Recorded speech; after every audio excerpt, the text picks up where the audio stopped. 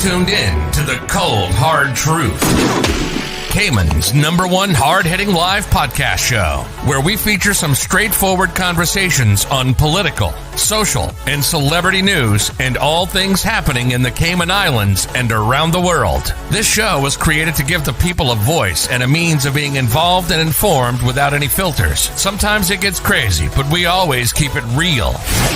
We bring you the tea, piping hot, so grab your favorite beverage and join the conversation via WhatsApp at 324-1612. Email tips at CaymanMarlRoad.com. Now, here's your host, Sandy Hill, broadcasting live from the beautiful Cayman Islands.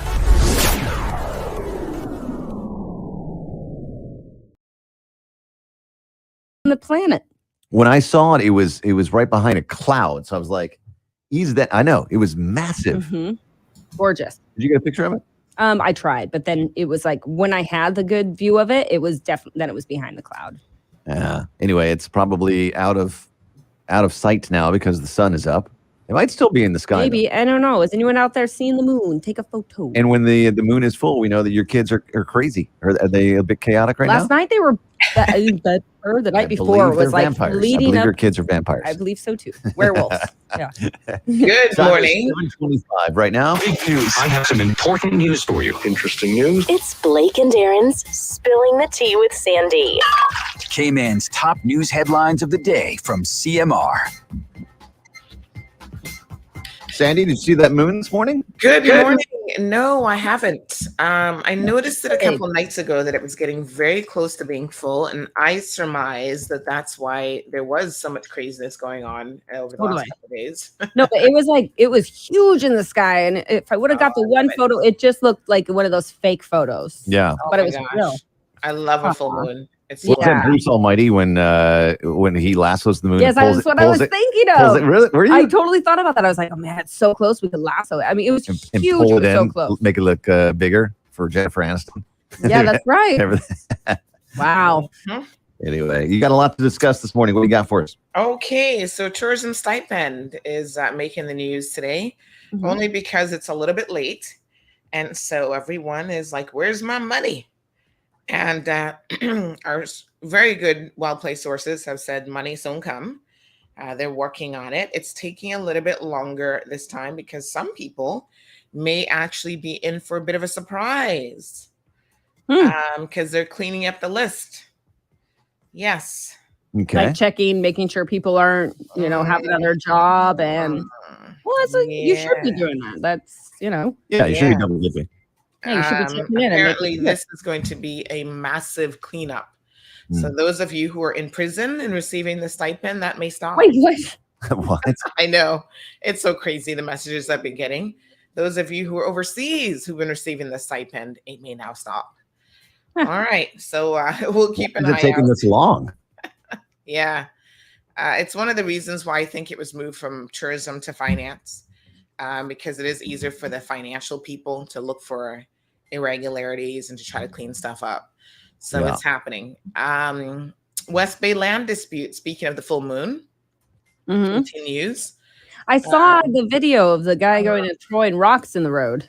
Yeah. Does that not look like a full moon madness moment? It's just spiteful. I don't know. I know the story a little bit about, the private road dispute. Okay. That's out there. It's a right of way access. Yeah. And so, I mean, I don't, why did he took a bunch of big boulders and blocked the road so so a family couldn't get in and out? Yeah, that's right. Their only access. An emergency happened and they needed an ambulance there. It has happened before, and the ambulance staff had to get out and move the boulders in order to take the elderly person out of their home. Yeah. Wow.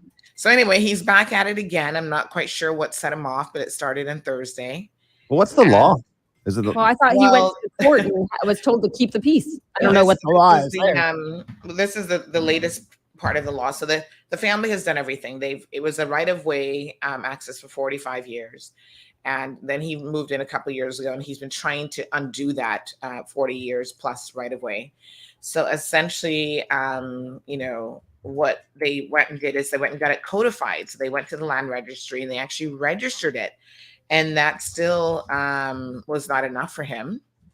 And so then the government after protests back in 2020, after, during the lockdown, the government finally stepped in and said, this is enough. We are going to,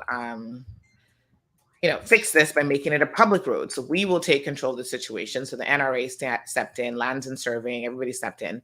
And now he's been holding up the process by suing the government. Some may say quite frivolously. He's already lost in the Grand Court, and now he's taking it to the Court of Appeal. So he just keeps buying himself all this time. And in the interim, what he's doing is he's continuing to block the road. So how much money is he spending on this? And a gate, he did the speed bump things. Now he's putting boulders in the road.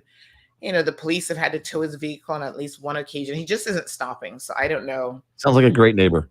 Yeah, I know. You know that show, Love Thy Neighbor, or is it Love Thy Neighbor? It's like Wind Chime Guy. Fear Thy Neighbor. It's Fear Thy Neighbor and on ID Discovery, where you get the neighbors from hell. Yeah, exactly.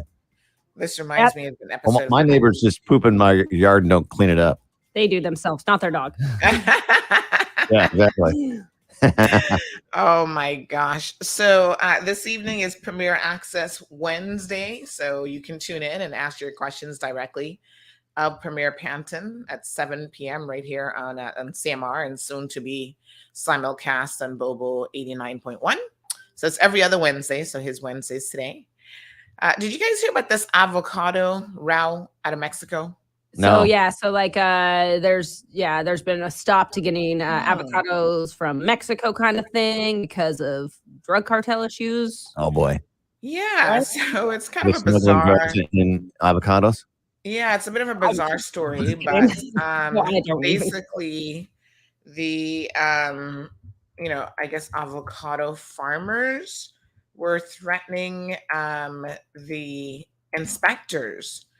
So the U.S. has taken the very bold step of suspending all imports of Mexican avocados after a plant inspector in Mexico was threatened. So this is a big deal. That's what it was. Yeah. A plant inspector was like threatened by, yeah. So they're like, no, never mind. And guess when it happened? It happened on Saturday, the eve of the Super Bowl, which is the biggest sales opportunity of the year for Mexican avocado growers. Because of course, everybody wants guacamole and chips and whatever for the Super Bowl, right? And right after that. So it is considered. Wings. Yeah. Wings. You don't dip your wings in avocado? No, I thought it was wings and like. I think that's a dip. You got to have the dip. You got to have the dip to go with it. Yeah. No, the dip wings is and the, chips. No, not for the wings. It's the buffalo chicken. Not for the wings. Buffalo you get the chicken wings. dip. That's another extra. You got to have tortilla chips and salt and the guacamole to dip. That's just a separate. I wouldn't think that's the biggest. It is pretty big. Avocado. Yeah? Not Cinco de Mayo. I would say that there's a couple big holidays there. The Mexican Agriculture Department has indeed confirmed that the U.S. has suspended all imports of Mexican avocados until further notice. That means we're going to have a drought of avocados here. Or we could just stop going through the U.S. and go straight to Mexico and get them. You know what? Well, listen, this is kind of a big deal because there's already a lot of issues in the supply chain, not just for like food, but even or they're going to be like $10 an avocado. No, we could go straight to Central America and South and it's not as easy. It's not as easy as that, Aaron. But we don't have any container ships coming from South America to the Cayman Islands. It is if you order them, they will come. I don't know. What was she saying? If you do what? I don't know. If you allow the other imports to come in at the same time. Yeah. So in the inspection process on that, I know, right? This container just came in from Colombia. Yeah, here's your 14-day-old pineapple. Not allowing concrete in from Colombia. So listen, the weird thing about this is they actually threatened him on his official cell phone. This is kind of crazy. So anyway, we'll see how that pans out. But if you're big into avocados, I love a good avocado. I love a good avocado on like a salad or, Caribbean people just love avocado and toast and bread. We just call it avocado and bread. Yeah. It's called avocado toast. Smash. It's very popular. Yeah, it's good stuff. So another regional news. Yesterday, the former Honduran president. I know we mentioned him briefly yesterday. That the Honduran Supreme Court was waiting to sign off extradition papers. Well, it seems like they didn't really even have to because in the morning, yesterday morning, he decided to voluntarily give himself up. So he said, I will go with you. And so they had a huge entourage of armed units waiting outside of his residence. And he came out peacefully and handed himself over. By early afternoon, they put a jacket on him to protect him, and put the cuffs on and took him away. So it was very peaceful, but it was all very well, he'll be treated well. He'll be treated well. Yeah, and it was all caught on camera. So everybody's like, "Ooh, it's a big deal." All right. So we also mentioned a couple of days ago that there's stuff brewing at the Cayman Islands Port Authority.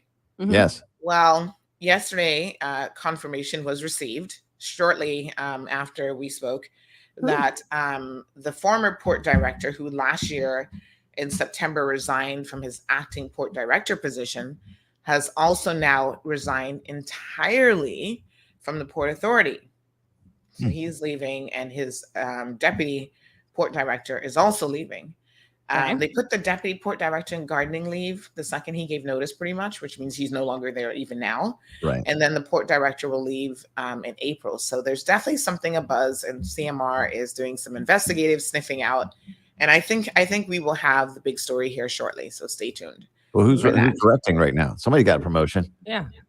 Well, they have some people acting, so they're actually going to pull in a manager from Cayman Brac to assist here on Grand Cayman in the interim while the recruitment process is underway. And we do have some Cuban nationals who continue to reach out to CMR about their loved ones. They say it's been 17 days that a boat left Cuba and they've not heard from anyone. So they're actually going to be joining us. Yeah, it's a sad situation. So this morning we've got them joining us to talk about the situation, because it sounds like it's probably not good at all. Yeah. So yeah, some headlines for you this morning. Thank you, Blake and Aaron. Thank you, Sandy. You. Have a beautiful day. You too. Bye. Bye. Hump Day Wednesday, folks. Yay, we got a lot to talk about. So thanks to Blake and Aaron. Hope that they have a wonderful day. Good morning, Virtuous. Good morning, Irvlin. Good morning to you, Miss Olivia. Good morning, Dawn. Oh, yes, people are asking for the show link. My apologies. I'm sending it right now. Or did I send it already? Oh, no. Hold on. I think I have it ready. I have it ready to hit the copy button and then the send button. I was trying to find a translator this morning for El Cubanos coming on the show, but no one has responded. Well, one person responded, but she's traveling. So she's like, "Oh, I'm in Europe right now." So she's not available. Another person, he can read a little bit. He's probably as good as me. Somebody said, "I understand a little bit, un poquito." Me comprende un poquito. Yo comprendo. But I understand a little bit too, but that's not going to help with this conversation. We need someone who's completely fluent. So I'm thinking that maybe what we should do,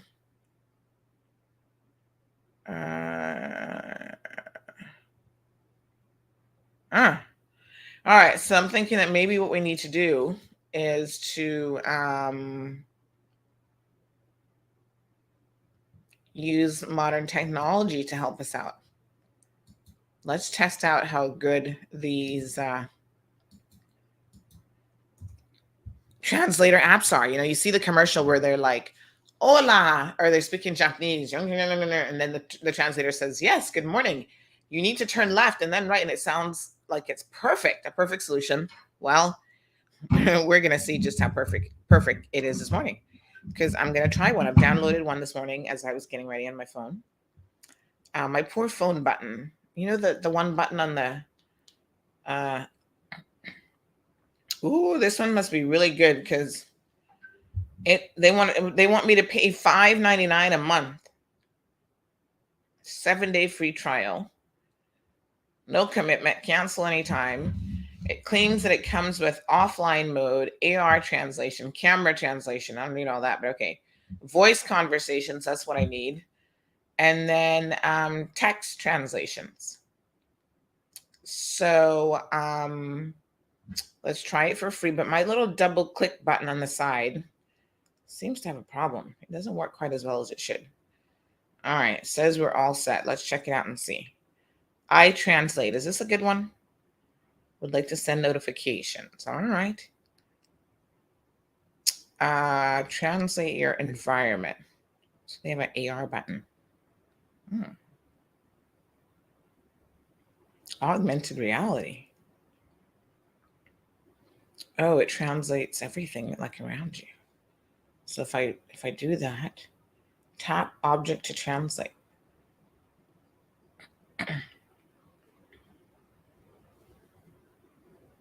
As you move your camera with your selected objects, tap one of the white badges now. What a mess. This is amazing. All right, we're going to do that one later because we're not trying to do artificial intelligence quite yet. We just want to do speaking. So we're going to go from tap a flag to speak. All right. So what language are we going to? Voice permissions, microphone. We have to click on allow. Okay, iPhone. Hello. What country is that?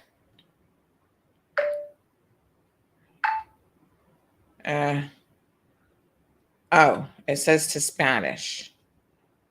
But which Spanish? Spanish USA? Can we put Cuban Spanish? I guess it's supposed to be all the same, right? Spanish, Mexico, Spain, and USA. Okay. Got it. We're getting there. All right. So we're going to have guests coming on here. And un momento. Good morning, Alex. Buenos dias, Marshall. You know, when you start to think, oh my gosh, we're going to be having a conversation in Spanish.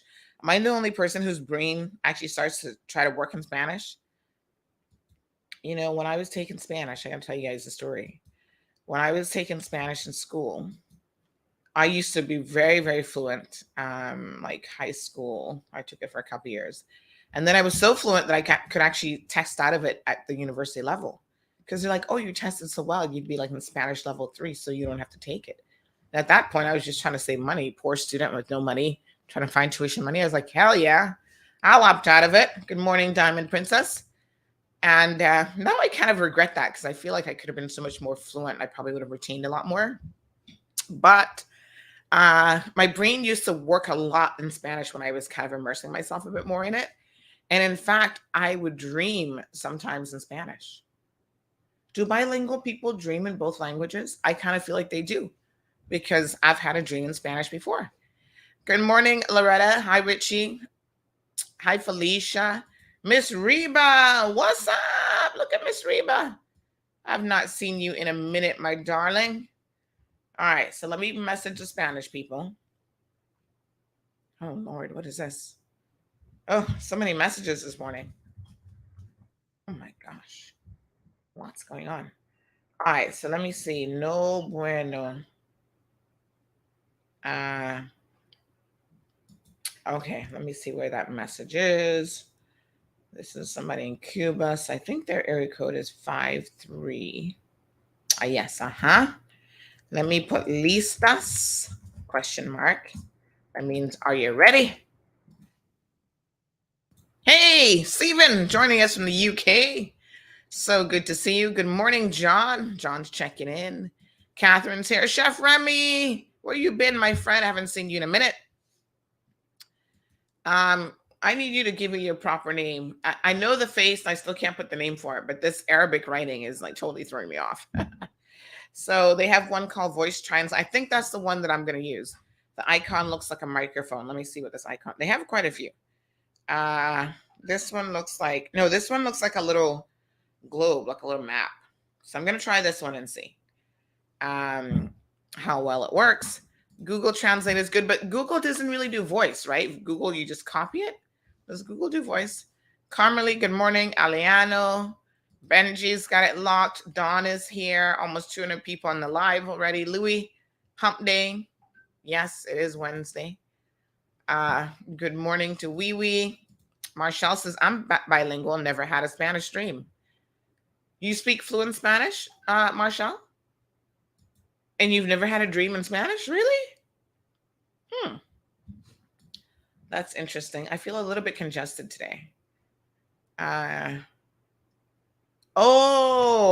This complaint is about the NRA. Oh, Lord.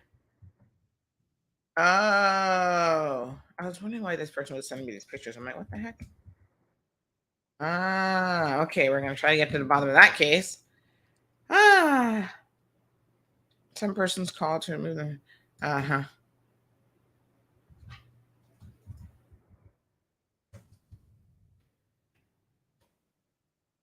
right.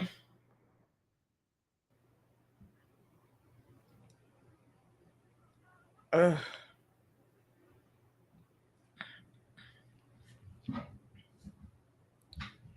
Oh my God, what a day. All right, let me take a quick music break. This one is Buenos Dias. Robert, tú hablas español? He says que tenga un buen día. So have a good day. Good morning, Flo. Oh my gosh, it is a full moon because I'm telling you that people are going crazy. Oh, Maria is sipping some tea. I actually need to make some tea because I do feel a little froggy this morning in my throat. So let's take a little beloved Alchemy moment. Enjoy the music. We're trying to get the Cuban guy ready to come on the show. And then we're going to work it all out because there's a lot going on today. We're going to talk about Cuban government stipends. The port situation is blowing up. People are accusing the NRA of stuff. It's like, whoa, madness. Be right back.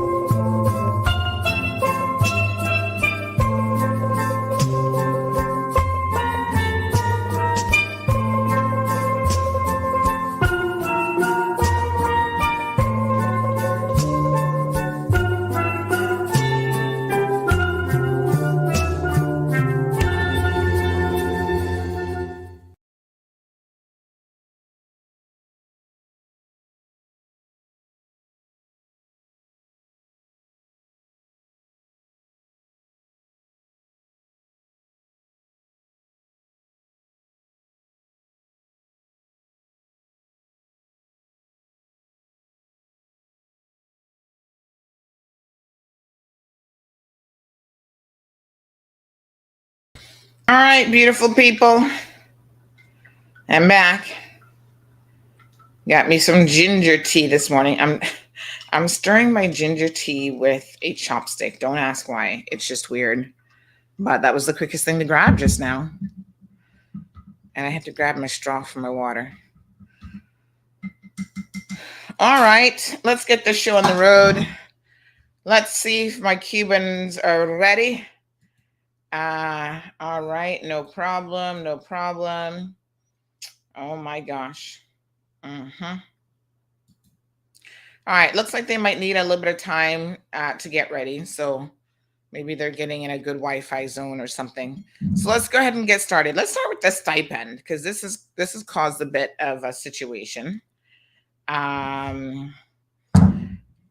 People are all up in arms about it. I'm going to tell you guys exactly what's going on. So there should be a press release a little bit later on today about this, is what we have been reliably informed. And so yesterday, a few people reached out to me about the stipend.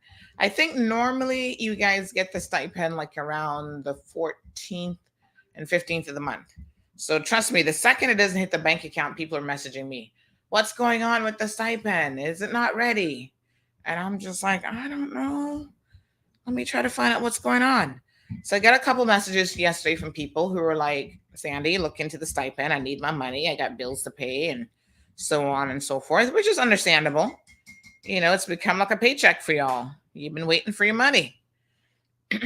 So I made a few phone calls and started messaging people. Oh, this is super hot today. Ooh, very gingery. I think I needed some more honey. Ugh. Anyway, so yes, so the please inquire if Flow Internet is down. Oh, what's going on with Flow? All right, let me try to find out. I feel like I need to change my number to 411. This is like the information hotline. So yes, so I started looking into it, and then someone sent me a post that I think it was Cayman Hearsay had put up to say, oh, you know, the stipend was going to be 2 weeks late. So I thought to myself, if this was going to be 2 weeks late, now that is a big deal. And, you know, that's the kind of thing that we would want to know. So I have verified that actually isn't the case. It should be forthcoming this week. But what I understand is going on is that there has been a significant number of people that they've been vetting. So you guys will remember when this process first started, it was just like, listen, the progressive government said, listen, we're going to be in lockdown for a little minute here. Cruise tourism is going to shut down. The airlines are closed. All of our ports of entry are closed. And as a result of that, you know, there's going to be very little job work available for people who work directly in tourism. Now, the tourism dollar is very, very, very strong here in the Cayman Islands, folks. So I've read somewhere before that the tourism dollar trickles down into the economy where it impacts something like 70% of our lives. That's a lot of people. I mean, wait a minute. Or is that financial services? Do I have them confused? Is it financial services that trickles down to 70%? You know what? I think I've got them reversed. But the tourism dollar is still pretty strong. So maybe 70% is financial services, then 30% is tourism. Well, that's still a lot. I think that's the way that it should be. I think I'm kind of getting it confused in my head. But anyway, it's a significant amount, right? Now, it's not as much as some countries, because some countries, it's like all they literally have is the tourism dollar because they have no financial services. So we, on the one hand, have this, what we've called the twin pillars of the economy. If you've been listening to people, we've been saying for a long time that we've needed to diversify how we make our money. It's not good to put all your eggs. It's not good to put all of your eggs in one basket, right? So unfortunately for us, our economy is built around tourism, and financial services. So all the lawyers, for the most part, you have financial services, complex structures, airline deals. This is all part of the financial services world. Company and corporation, offshore insurance companies, all this kind of stuff, right? So if you go to SEMA's website, you get a good understanding of some of the tentacles that come into financial services. Well, tourism, we've got the cruise port situation, we've got cruise tourism, we've got stayover tourism, and there's a lot of people who are intertwined. You might not be a boat operator, for example, but you might own a restaurant. And you understand that as a restaurant owner, you do have to cater to tourists, especially if you're in the 7 Mile beach quadrant, or not even 7 Mile beach. Let's be honest. There are other places out east that rely heavily on the tourism dollar. So the tourists, the visitors bring in stayover visitors, as well as not so much cruise ships, but stayover visitors for the restaurants is really, really a critical component of their business. I'm going to say for some people, it might even make up the lion's share, especially if they're in West Bay Road. So when that shut down, they didn't have the business. They had to lay staff off. And what also was going on, and this is where the trickle-down effect happens. You got to think about this in a much wider perspective, right? So you've got the trickle-down starting to happen. And then, so you don't have as many people working in your restaurant. You've got to lay people off. You lay off chefs and servers and whatever, bartenders. And then, say, for example, I use Home Gas. Big shout out to the fellows over at Home Gas. So if I use Home Gas for, their services, all of a sudden I'm not really using as much gas anymore because we're not doing as much cooking because we don't have as many people coming. So that impacts Home Gas. They're not getting as much money out of me. That impacts their staff and their potential ability to pay people. Think about this. I'm not ordering as much food. So all of the big distributor companies, Progressives, and who else is there? I can only think of Progressives, to be honest. They're not getting as much food orders. So there is a legit, for people who don't think, well, I don't work in tourism. What do I care? What if you work at Progressives? No, that's not tourism, but you better believe that the restaurants that cater largely to tourists, or maybe even have a 50-50 split, during this pandemic have not been ordering as much food because the people are not here to eat it. And so that has been a deterioration in their numbers, so you don't have to work in a hotel to understand how this is the sort of thing that impacts us all in a very real way. So the progressive government said, all right, we're going to set up this tourism thing. And listen, I want to give the progressive government credit where credit is due, right? Financially, they try to quickly step up to the plate and put some things in place. They were even giving small businesses both grants, and they were extending loan facilities, trying to work with the banks to extend loan facilities to, small and larger scale businesses to make sure that people could stay afloat during these very, very difficult times. The economy has really taken a hit the world over. My web guy, he's like halfway around the world, somewhere in, I think he's in, anyway, half around the world. And he was messaging me yesterday. This is kind of weird. He was messaging me yesterday saying, how is the economy in the Cayman Islands? And I'm just like, it's rough for everybody. Everybody is tighter with their budget and that sort of thing. And I said, the cost of this is going up. And so he was actually complaining about the cost of things in his country. He's like, the food has gone up, this has gone up. And I said, wow, you're complaining about it too? And, they don't necessarily have as much disposable income as we do. And your level of disposable income doesn't mean that you don't feel the pinch. I think you feel it in different ways. So we're cussing and carrying on about how expensive life is here. And this is what he had to say to me yesterday. He said,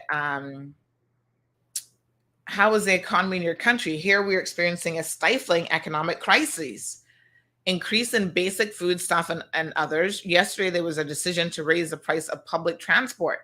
So that's what his government is doing. I was like, whew. I said, well, I suppose it's all over the world in terms of the stifling economic crises, right? And it seems to be getting worse by the day. I said, everyone is going up in prices and it's kind of crazy. And I said, well, here in this country, we have to import everything. So that makes it that much more challenging. So he says the same thing here.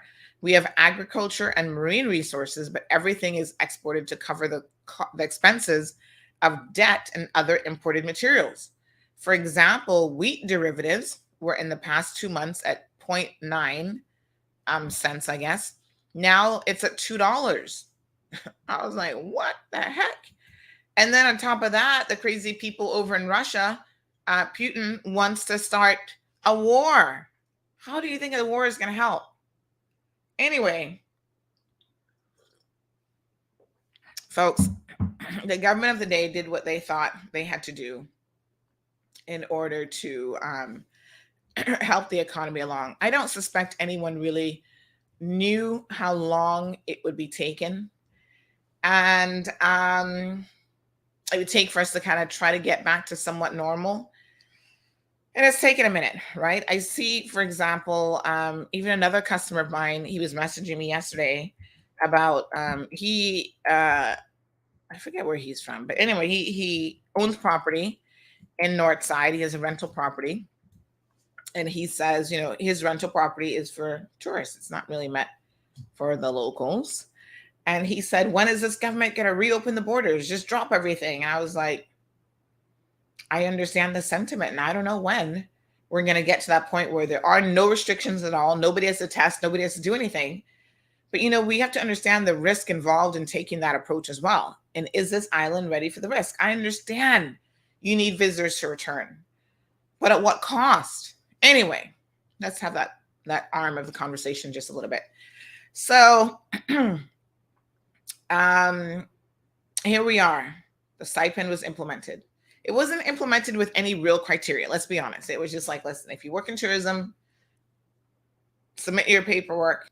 I think that the powers that be, not the powers that be, but the civil servants were trying to verify if you actually worked in the industry. But boy, have I heard some stories. My God, we have some real, if you're to believe even half the stories that I have heard, folks, we have some real fraudsters around the place. People have been taking advantage of this tourism stipend for quite some time. It's been horrible. Up to this morning, I was receiving messages about people living overseas getting it, people in prison getting it, somebody at CUC getting it who's had a job and their wife put in that, oh, they worked in, this is what someone says, the manager, the HR manager at Andy's Rent-A-Car getting the stipend, this is what somebody said to me, for her husband that works CUC, getting also, she did the letter for him, collect in her account, and he don't even know anything about it.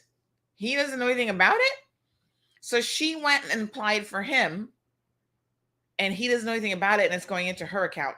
How is that possible? Oh my God. Like I said, a bunch of fraudsters. So her own husband, she's defrauding her own husband, and he works CUC. Poor him. Well, I guess he can know her today. I don't know what his name is, but you need to have a conversation with your wife if she's defrauding the government in your name. So we have heard these conversations for a minute and these complaints, and nothing has been done by and large, right? The government said, well, they didn't put any requirements in place. The last government was trying to promise you a campaign promise of an increase in stipend and no checks and balances. And you see, I keep saying to the people of the Cayman Islands, there is no such thing as a free meal. So when people are taking advantage of the system, when they are getting a stipend and they don't actually need it, that means that there is somebody else who is in need that isn't getting help. And that is just wrong at all levels. And when you try to defraud the government, steal from the government, think you can get something for nothing, because there is no free meals in life, we all pay for it in one way or the other. Now, the people who are not actively working, they think, oh, well, I'm not paying for it. I'm going to get it for free. That's what you think. But if you looked at the broader picture, you would understand how not even you are getting it for free. It comes at a cost. The cost of living that y'all always complaining about, increase in government fees, and so on, government budget overrun. Part of the problem is that you all are looking for one too many handouts from the government. And so this is problematic.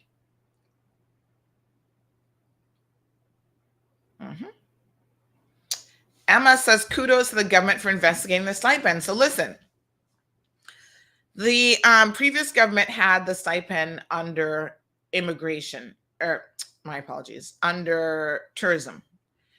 And for some of you, you may think that this makes sense. And that it doesn't actually make any sense at all. And I'm going to tell you why. So yes, they're tourism workers, but that is the extent of where it makes sense, right? There is no other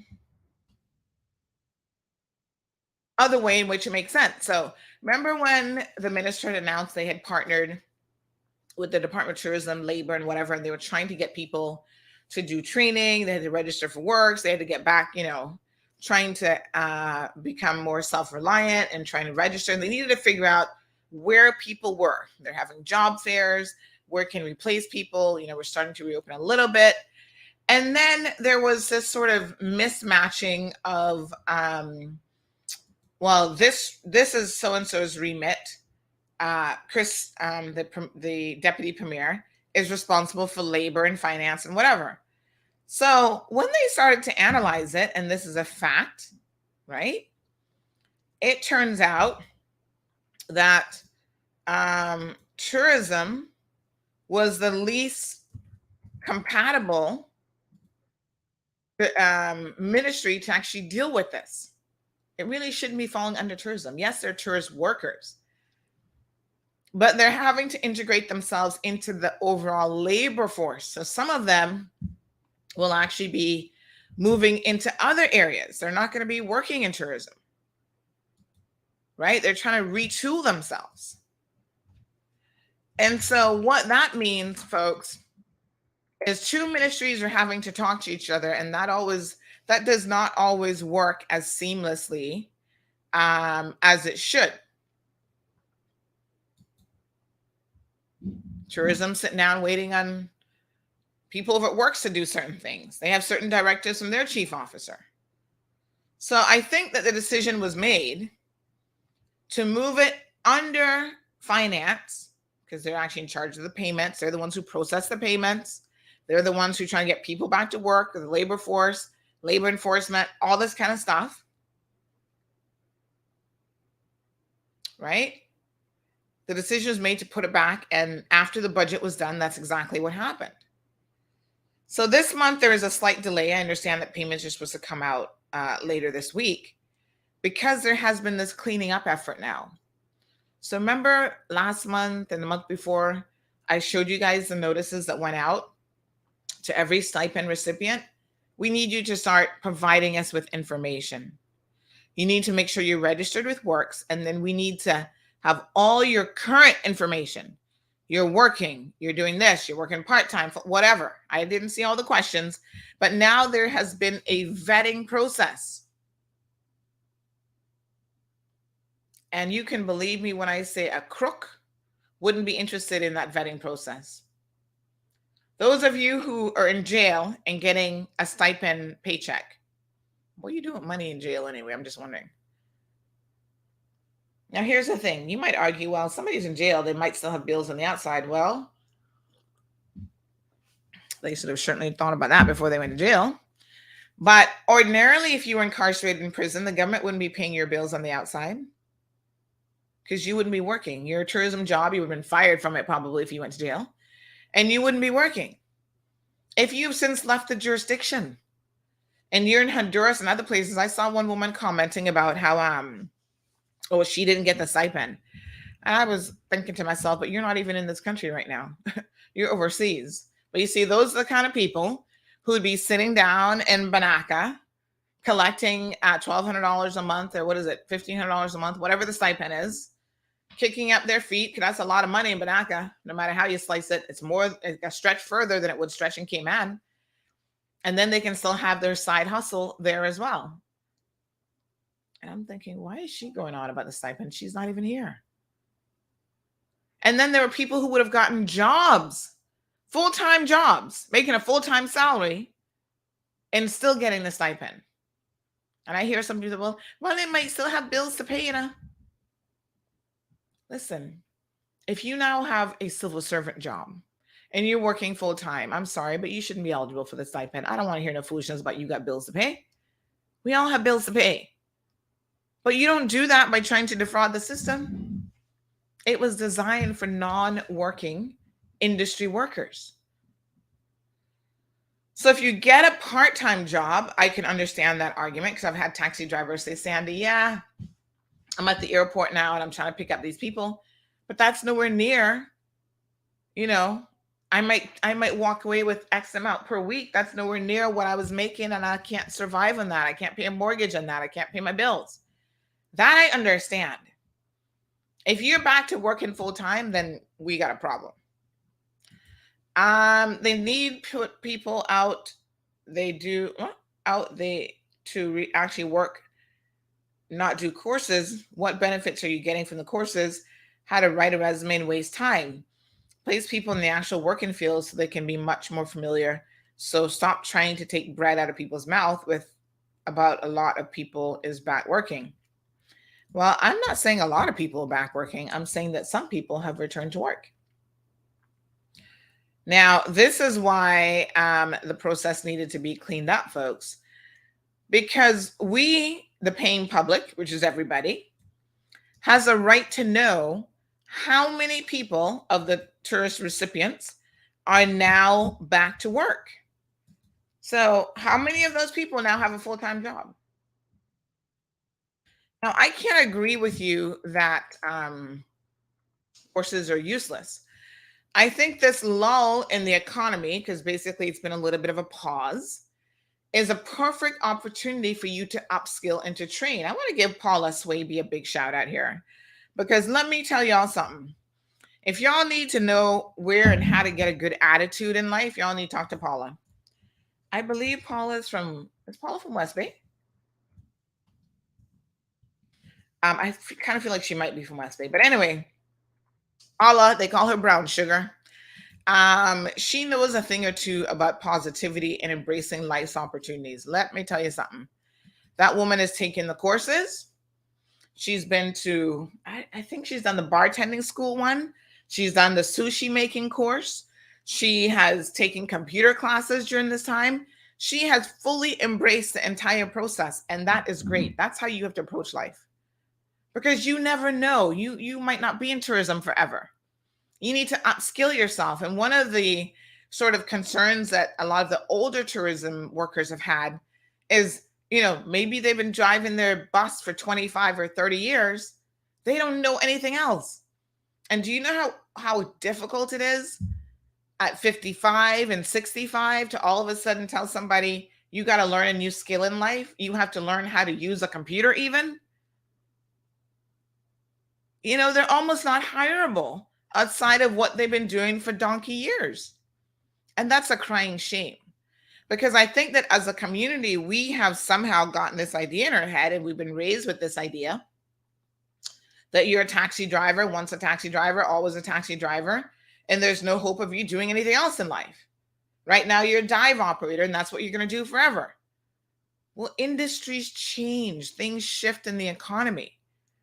If COVID had not happened, we might be having this shift in the economy for a different reason. You don't know. So you always have to be willing to upscale yourself. Trust me, I'm a firm believer in getting that little piece of paper. Sometimes it's not even a piece of paper. It is just sitting down and learning how to do something, a new skill.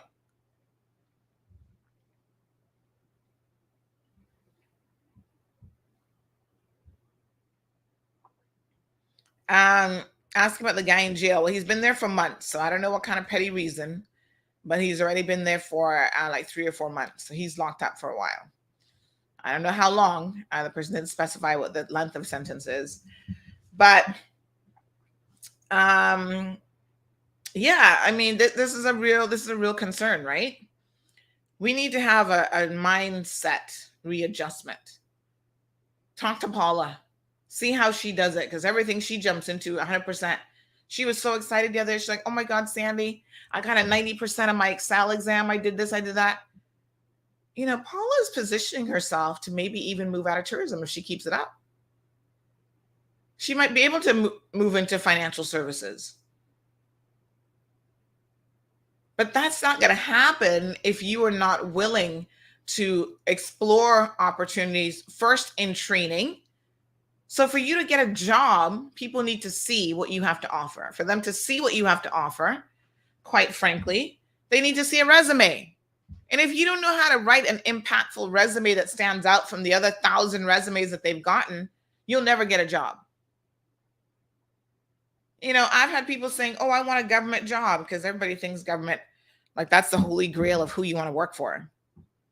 I don't know why, but whatever. And they're all excited about working for government. Okay. You just applied for an entry-level job. You along with 600 other people. You number 601. What is going to make your resume and your application stand out from anybody else's? Well, they didn't even bother to call me. Of course they didn't call you because your resume looked like shit. Let me be very honest and frank with you. There was nothing in your resume that stood out. 99% of the people applying are Caymanian, so that wasn't a big criteria. They all claim that they've answered the phone somewhere before.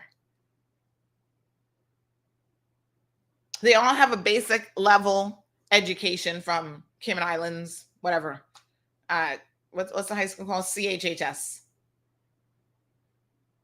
Nobody not standing out yet. And there's a lot of things, folks, from design, not just, listen, before you even get to looking at someone's credentials on a resume, the layout and design of the resume can make you want to look at it. Like, ooh, this looks interesting. And for those of you who don't believe in the power of resume writing, you've missed a lot. I have seen some resumes in my day, and trust me, some of them are horrendous in design and how they look and how they put together. And I'm not even talking about just the basics like typos and all this kind of stuff. They just don't stand out. You look as boring in paper as you, I don't want to say you're boring in person, but you look boring on paper. And so these types of courses, knock them if you want, but they do make a difference in your opportunities that could be presented to you. Right now, the Department of Tourism is going to be kicking off some additional training.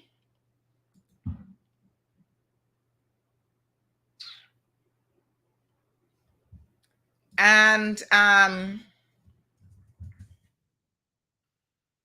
you would be well served to take advantage of some of those things. Right? Anyway, good morning to Emma. Tracy says there are many people I know that are getting the stipend and never worked in tourism. Well, that's also another thing. How did they get it? And got different jobs and still getting the stipend. Listen, I am in full agreement of tightening the reins a little bit because we are spending millions of dollars on supporting supposedly tourism workers. And as Tracy pointed out, some are not even tourism workers.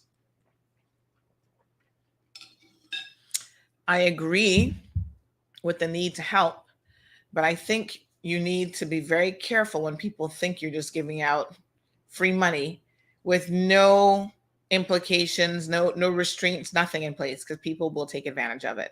And there's no doubt that has happened. So another thing says, since the stipend is a big issue to the people, why is it the gym need it? That's crap. Well, I don't know anything about this gym story. This came up, I think, in another publication, and I don't actually know where they got it from. because I've heard nothing about this government giving money to gyms. So I don't know. Somebody asked a question and the government was like, we don't know. And then they try to spin a story out of it, which, by the way, the Cuban guy is ready. So we're going to talk to him. But that happens more than you think. Like right now, y'all are all up in arms that the Compass has posted some story about the blue water situation, because they're saying that the Auditor General is looking into this. And some idiot named, and forgive me for being frank and calling someone an idiot when they're actually being an idiot. I suspect this might be a fake account, but who knows? What's her name? Hold on now. Vanessa Whitaker. Oh, do you think CMR and Cayman News Service will cover this story? Some ridiculous comment about that. And I'm like, we did that in November. Where have you been? November the 21st. That's what happened when you don't read and you want to then make commentary, trying to assassinate someone's character, but you haven't bothered to read. And so now you look like an idiot, Miss Whitaker, because not only were we the first one to talk about the whole blue water and lateral flow testing situation, but had you read the article, you would see where we talked about, because of this mix-up and this lawsuit now being filed, the government was actually prepared to pay more money. Not just after they decided to fulfill the contract, but before, with Crown Agent, they were going to pay more money.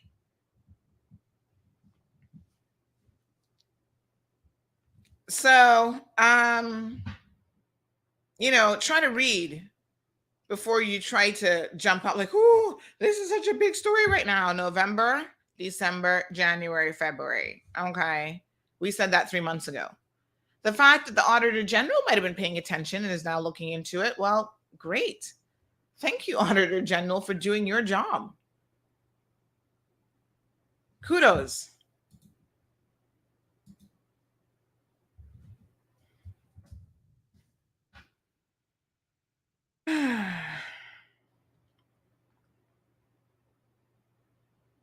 Fantastic.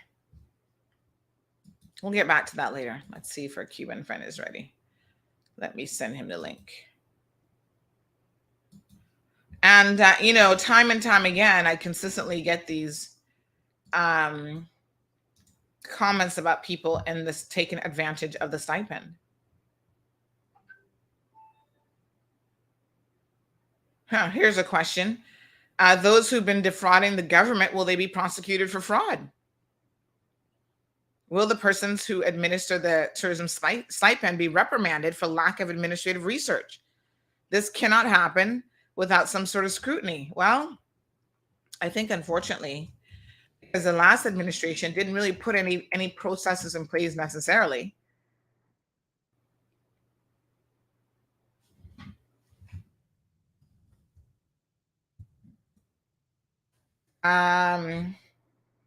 That was most definitely required. Well, my apologies. Because they didn't put any processes in place, I'm not sure how they can now hold anybody accountable. You see, that's the problem with these types of situations.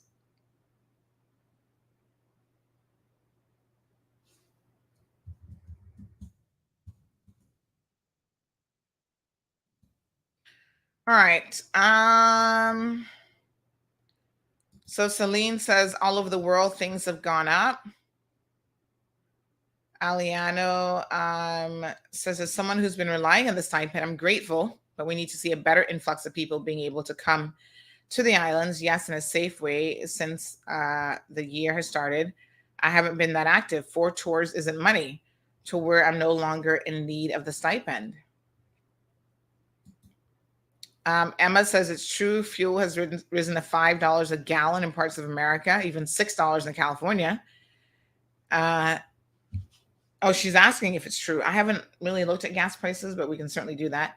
If this is true, we're probably going to be paying $10 at the pump soon. There is a real supply chain issue with everything, folks. Trust me. Luis says, I worked for over 16 years in tourism as a musician with DOT and was told I did not qualify for the stipend, but still wondering why. Was there something different with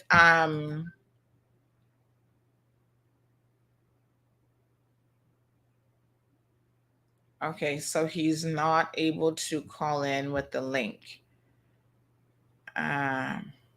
In Cuba, they block all kind of stuff. So let me see.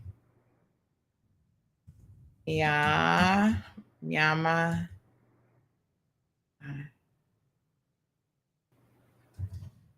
Yamame. I have that spelled right, but I think you'll understand what I'm trying to say. Yes, Tracy. Wages, even when wages go up, the cost of living is still going up exponentially.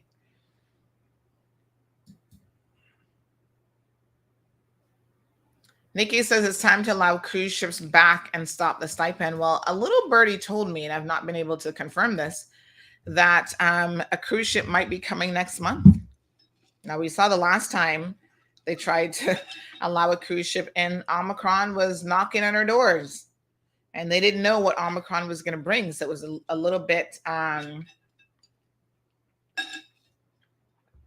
a speculative situation. Listen, we have choices here, folks. So we can throw back open the doors. We can do that.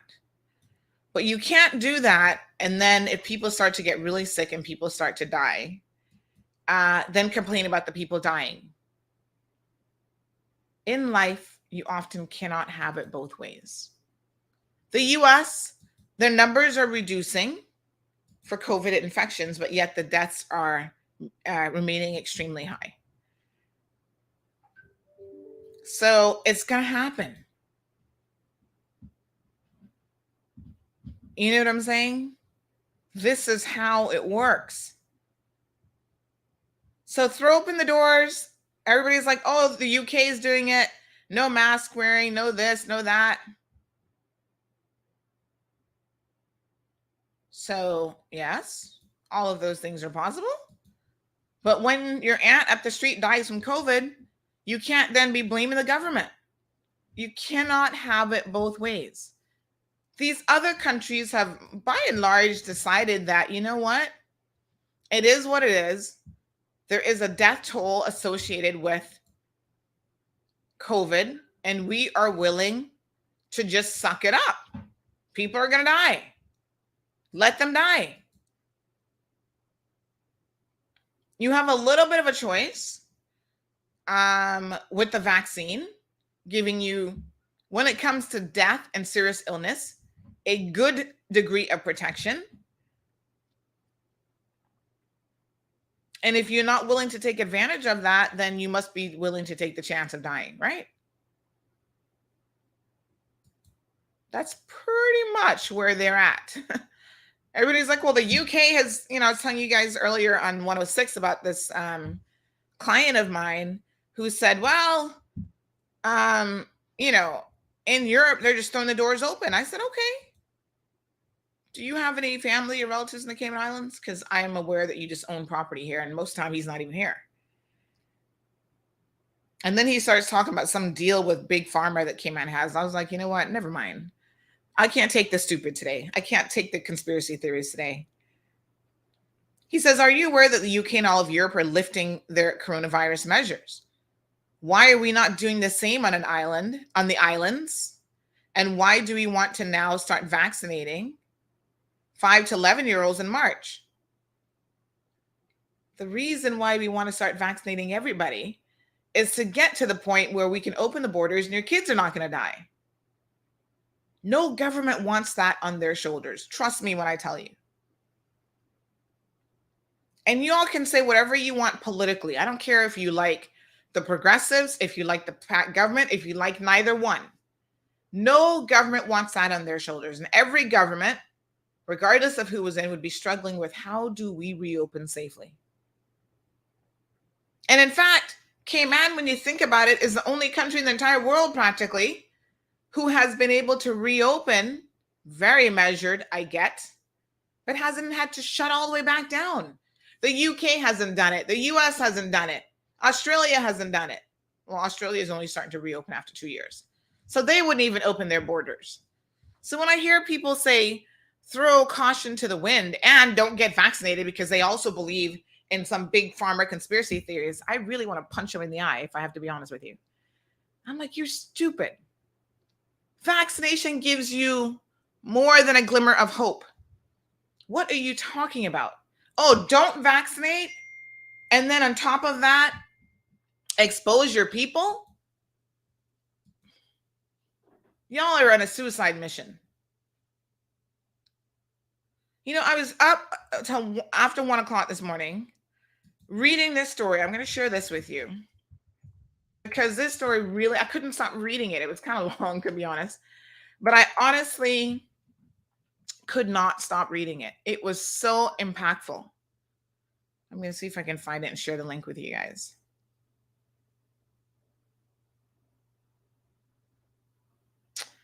And it's all about this guy who was an anti-vaxxer. Oh, these people want you to subscribe for everything these days. Lord have mercy. Washington Post. Do I subscribe to the Washington Post already? I can't even remember. They want me to pay to read an article. Lord. Oh, yes. Looks like I might have a subscription. I don't know. Or did I do the free thing?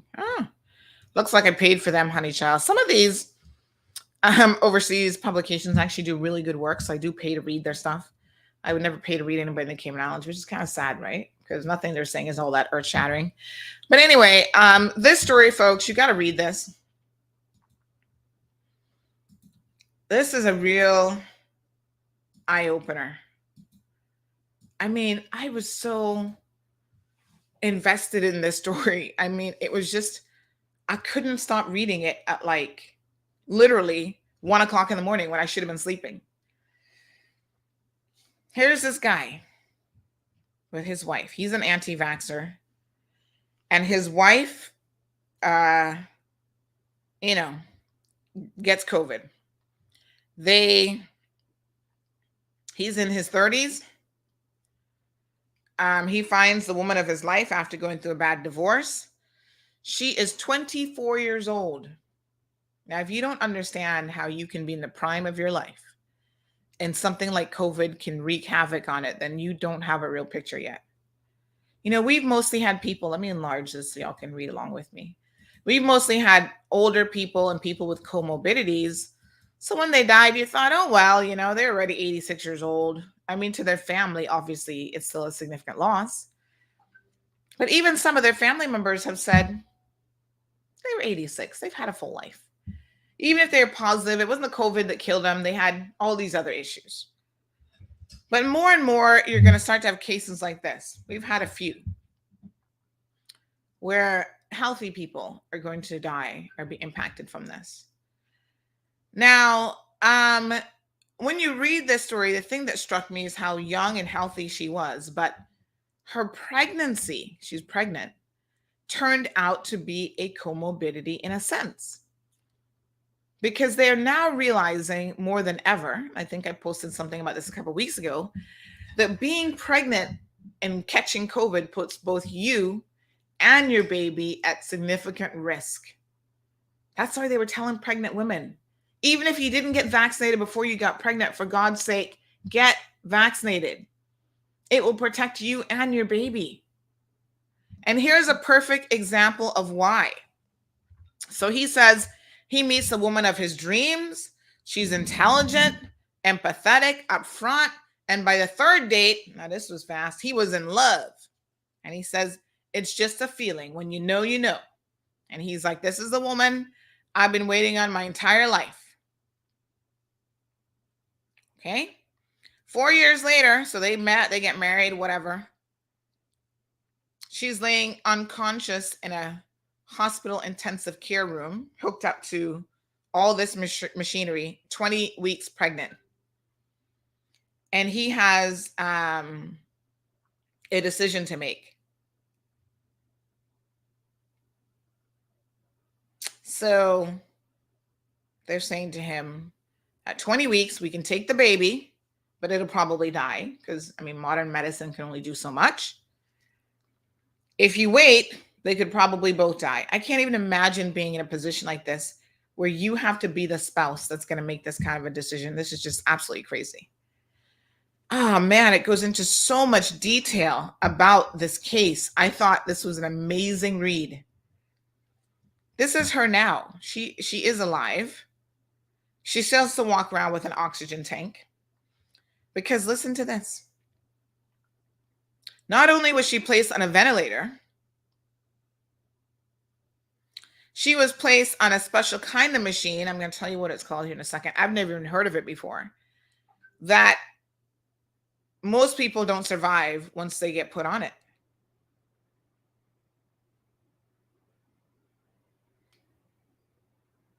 It's called a treatment of last resort.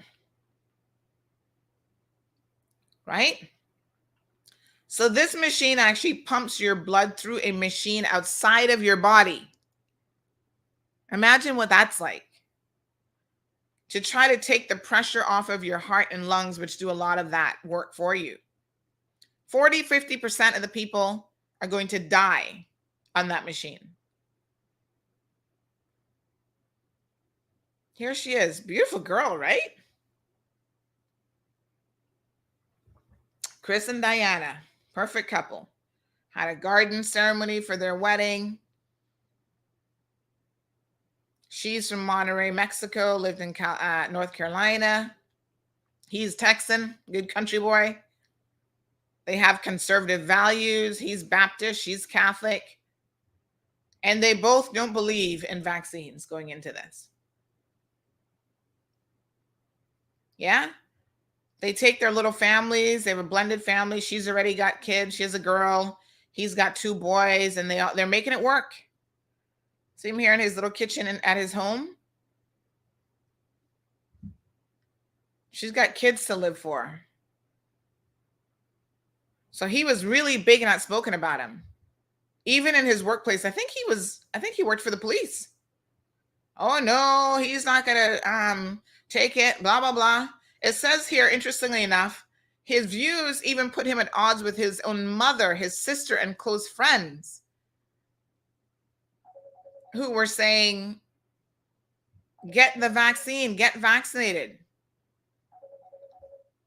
Is there somebody trying to get on the show? Good morning. Are you trying to get on air?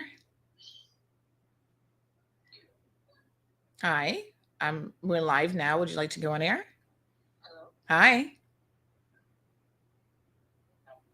I can't. I'm sorry. You're breaking up.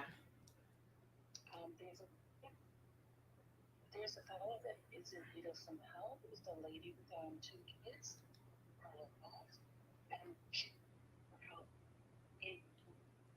Okay, you're breaking up, but we're actually on air live right now. So unless you wanted to come on air, can I get you to call me back later? Okay, no problem. All right, thanks. Folks, every morning we have a show from 7:30 to 9:30. When you call me, don't call during those hours because I'm literally in the middle of a show. And right now I know that people are starting to get used to the concept that we're going to be taking regular phone calls, so they're already calling. So I answer the phone because I don't know if you're calling to be on air or like this caller, she's looking for somebody who needs help, like somebody who needs me to try to get them help. I'm like, do you want to go in air? Anyway, let's go back to our story. So he said that he felt that vaccine mandates infringed on personal liberties, a perspective promoted by Texas Governor Greg Abbott and other prominent Republicans, of course. They said the same thing that you hear all the time. It was developed too quickly. God gave us our immune system to fight this off. We can fight viruses. By the way, do you know that people die every day all over the world from infections and viruses and diseases? So God didn't exactly give you an immune system that will fight anything off. It's kind of a bit of a Russian roulette situation. Sometimes you win and sometimes you don't. Sometimes the virus wins. Sometimes the parasite wins. So emerging research, now we know the vaccine does not impact your rate of a miscarriage. It does not impact your fertility. Those are all lies, fake information. But she was believing all of this.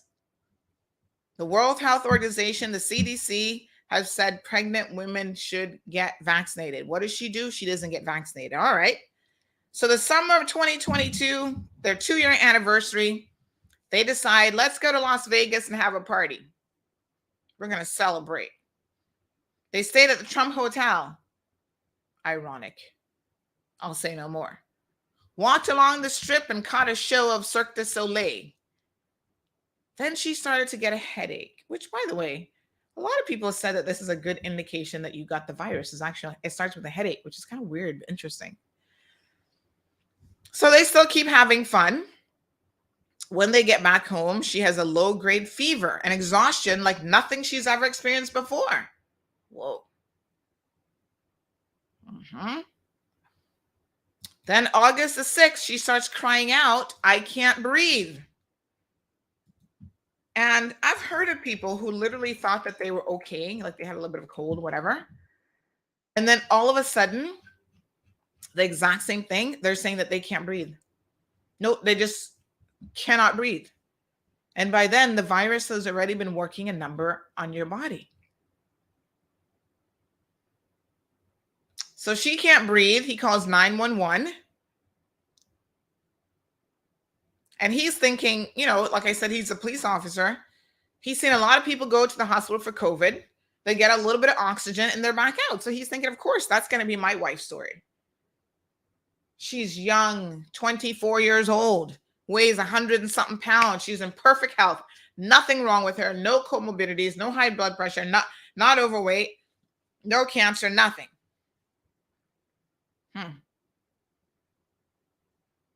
This is her now, by the way, saying that although doctors say that she will probably make a full recovery, this concept of long haul COVID means that she can't even do regular stuff with her kids anymore.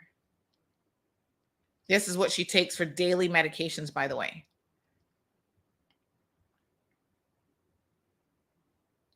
So they send her to Texas Children's Hospital in Houston, which has a special unit for pregnant women with COVID. When they told her, we have to put you in a ventilator to save your life. This is the kind of bits and pieces of the story that really made me pause, right? So when doctors told her, Chris remembers Diana screaming when doctors told her that she needed a ventilator. She says, I have kids, I can't die. Really? It's amazing how all of a sudden now you can't die. Because she knows that when you get put on a ventilator, that's, I don't want to say the kiss of death, but you are going to get pretty close to it. A lot of people who get put on ventilators simply do not make it.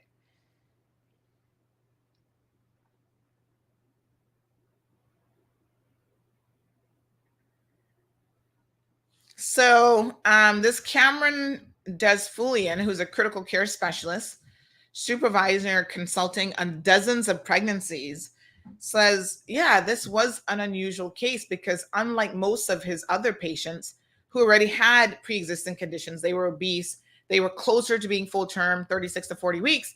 She was actually healthy, 120 pounds, only 18 weeks pregnant when she first came to the hospital.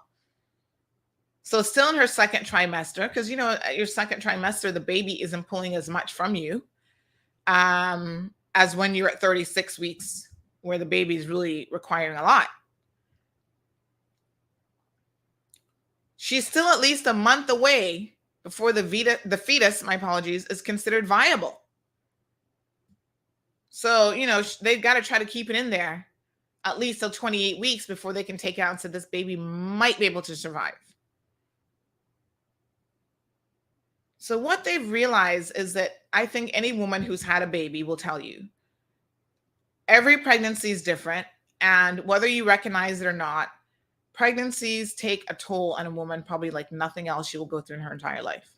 And we've had this conversation before about how women die during and after that pregnancy. That's like the most vulnerable time of a woman's life than any other. That's what I take my hat off to people who can do it 4, 5, 6, 7, 8, 9, 10, 11 times. So COVID-19 has actually turned out to be a top cause of maternal mortality since the pandemic. Over 167,000 women hospitalized, and 267 of them have died in the US alone.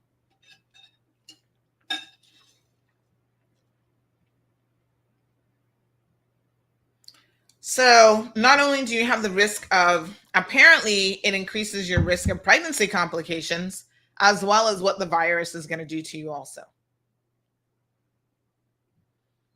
This story is just absolutely amazing, folks. They ended up having to put her on, this is an oxygen machine that she still had to use at home, but they end up having to put her on this machine. I bet you we don't even have one of these in Cayman because they are so, I think, unusual to have. And we probably don't even have anyone here who knows how to use it.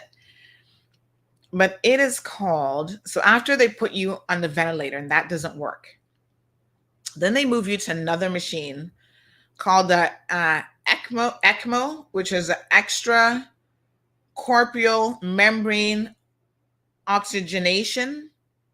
So this is the one now where it's pumping the blood outside of the body to give the lungs and heart a chance to rest. I think they actually have a picture of it. This is her. So look at that. Those tubes are full of her blood. Like, it is literally doing it all for her.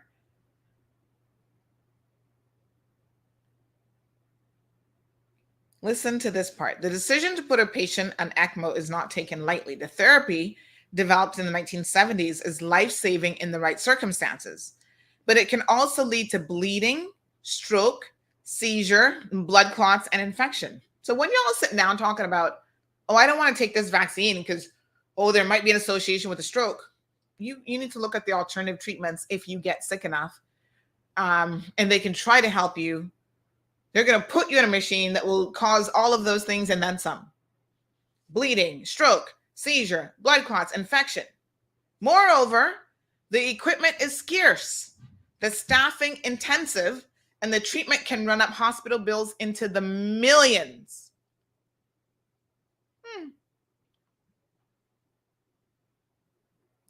It says here that at the beginning of the pandemic, many people worried about rationing ventilators, but instead it's been these ECMO machines that have been in limited supply nationwide. This guy said this is the tough part that nobody wants to talk about. There are also a limited number of pumps, and you make some decisions on the likelihood that they will have a long and good life. So at 24, no doubt, they were trying everything they could to save her because, I mean, she is only 24 years old. So if anybody has a chance, a healthy 24-year-old does have a chance versus a 55-year-old who's already lived more than half their life. So, you know, physicians and care specialists around the world are having to make these decisions. You walk in, you're 55, you're 60. Are they going to put you in this ECMO machine that's now going to cause you to have a stroke and all these other things, which you probably won't survive at that age? A 24-year-old is more likely to survive a stroke or a heart attack than someone who's 50, 55, 60, 65. These are the realities of modern medicine. And I hate to tell you that this is what it comes down to, folks, but this is exactly what it comes down to. They will make decisions based on your viability, your personal viability to survive, and dollars and cents. So I saw someone a couple weeks ago commenting about, you know, the hospital here don't care about patients. They're letting people die because they're unvaccinated. I don't believe that. Does the hospital sometimes don't give people what we think is the best care in the world? Well, that's always been the case. Way before COVID. There have been stories of a little bit of negligence here and there, for sure. But I don't think any nurse or any physician purposely is going to be like, oh, you're not vaccinated, I'm just going to let you die. But they do have to make a judgment call, folks. You're 80 years old? Are we going to spend $5 million trying to save you, an unvaccinated 80-year-old, and you still end up dying anyway? Because we know the majority of people who are going to go on a ventilator are not going to make it? Yes, that is a real life decision that has to be made. And if you've never worked in the medical profession, you don't even read and listen and talk to people who do, then naturally you wouldn't have any clue. So you can throw dispersions at physicians about they don't care about people and they're trying to kill off unvaccinated people. You can say that kind of stuff because you don't know how hurtful of a statement that is, both on a professional and a personal level.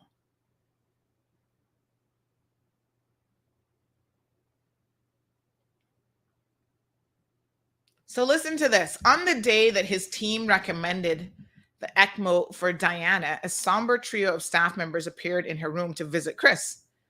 He says he doesn't remember the exact words that they used, but they seemed to speak in euphemisms. They would ask how you were, and then throw in a question like, what would you do? What would you want done if your wife's heart stopped? And he said they were giving him hints that that's kind of where this is going now.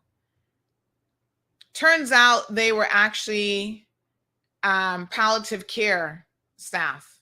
So they're part of the palliative care unit, trained to support very ill patients and their families, especially with end-of-life decisions and care. So whether Chris realized it or not, that's how close to death she was. He says in the story that he said he came to dread seeing them in the hallways. When you see these people, you pray they avoid your room. Because when they're coming in, that means that they've already, spoken to the rest of the medical team. It's like, Diana probably isn't going to make it. Start to prepare her husband. If she has a heart attack, do you want us to try to revive her? What do you want us to do? Using an ECMO machine during pregnancy is extremely rare. So they only have 9 cases, according to a study from the University of North Carolina, between 2008 and 2017, where it was used. Only 3 of the women lived, and only 5 of the babies survived. So basically, the women have a survival rate of 33%, and the babies have a survival rate of 55%.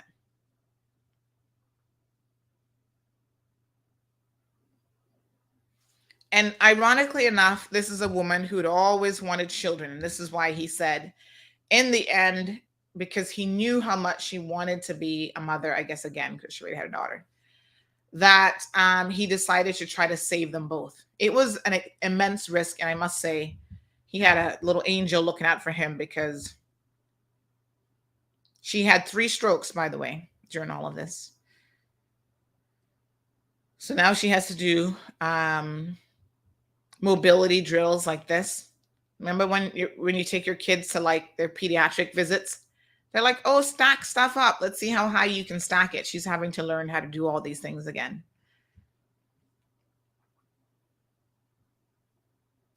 So she was in the hospital for months and months and months, folks.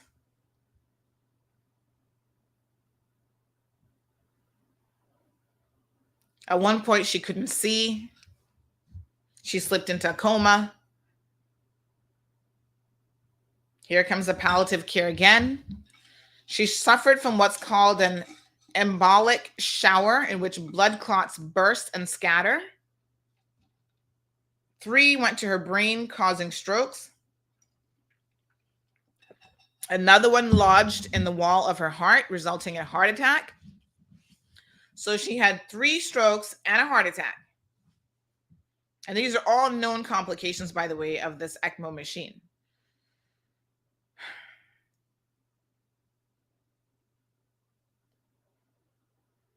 They couldn't put her in blood thinners because she was already bleeding in her gastrointestinal tract and in her throat, where they had to cut a hole for the ventilator. I'm giving you guys some of the details of this case, folks, because like I said, when I was up at 1 o'clock in the morning reading this, I couldn't stop reading. I thought, this is the kind of reality check that Caymanians need. As y'all keep messaging me, when's the government going to fly the borders open? Why are we wanting to vaccinate more people? I'm like, wow, we are still not getting it. Here they are telling Chris, if she wakes up, she's not going to be the same, probably. She probably won't remember him or the children. All of a sudden, poor him, he starts crying. He says, that's when I cried the most. Because even at this point, the doctors were saying, we don't really know what to do next. But the whole time, and an amazing miracle, really, she was continuing to carry the baby. And for more than 3 months, she was there. And so at 31 weeks, they deliver a healthy baby boy, 4 pounds, 12 ounces. I'm like, wow, he's bigger than my daughter, actually. So once they took the baby from her, it does seem like her body was able to start helping itself a little bit more because it didn't have this additional life form to try to support. She had an infection. There was an air leak in her lungs. One eventually collapsed, by the way. They were starting to prepare her for a lung transplant. I mean, the list just keeps getting worse by the minute. I can't imagine what this man went through. She started to wake up after they took the baby. When she first woke up, again, she had no idea who her husband was. She had no clue who he was. But eventually her memories started to return about her husband and her children. She didn't even realize that she'd had the baby. So at some point they had to break it to her like, oh, by the way, you have a baby now. 139 days at the hospital, 101 on a ventilator, 51 on the ECMO machine. She still has to walk around with an oxygen tank even now. 3 tubes in her lungs to keep them inflated. But, at least she's home with her kids. Can't do much with them, but she's alive. Her husband's trying to take care of a newborn.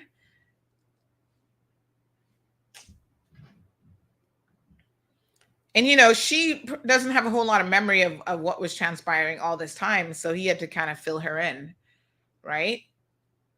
And I've known of people who've been in near-death situations like this before, who've been in comas and hospitalized or whatever, and they tend to not remember a lot of it. And some people can't even deal with being filled in. They're like, oh, whoa, this is too much. I can't handle it. The emotional stress of it. She says, things I used to do before, I can't do anymore. And so it's hard for the kids and it's hard for me because you want to do so much more, but you can't. Most of their extended family who had resisted vaccines have now gotten them after learning of Diana's ordeal. But a few remained reluctant. This was a very interesting part of the story. In January, they got word that Gilbert, one of Diana's favorite relatives on Chris's side, who was also unvaccinated, had COVID.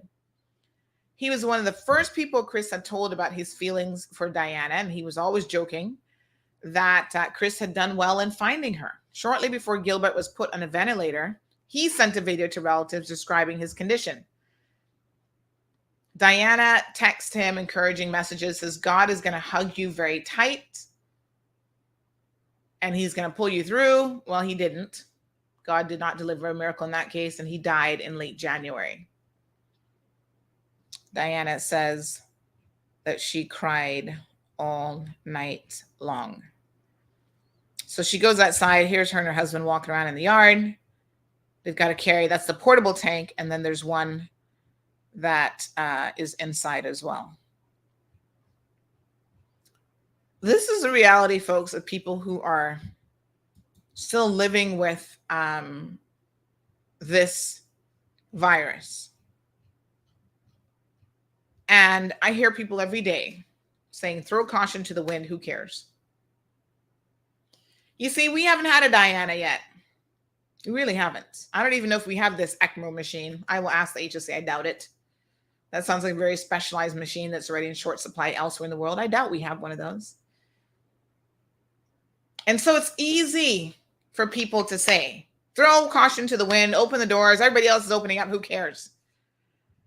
And yet in the United States of America, folks, there are still some, I want to say, more than 2,400 daily still dying in the US.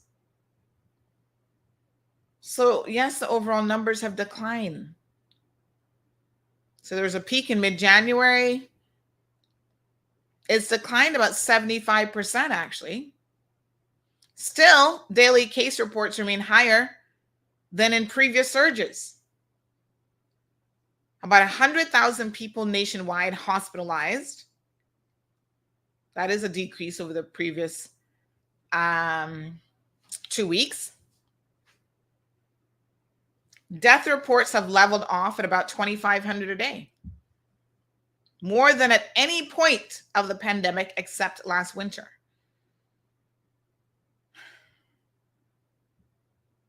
Until we have one or two Dianas, I feel like y'all are still going to be like, oh, who cares? The UK is doing this. The USA is doing this. That's great. But in Cayman, you have one Diana and y'all are going to be in panic mode. Y'all going to be cussing the government, taking out your forks and trying to crucify them to the cross. I know this. Someone says that we do have an ECMO machine. We have one at Health City. Well, that's good. That's actually really good to know, because I was wondering if we had any at all. So there you go, one. So we get to have one Diana that could potentially be saved.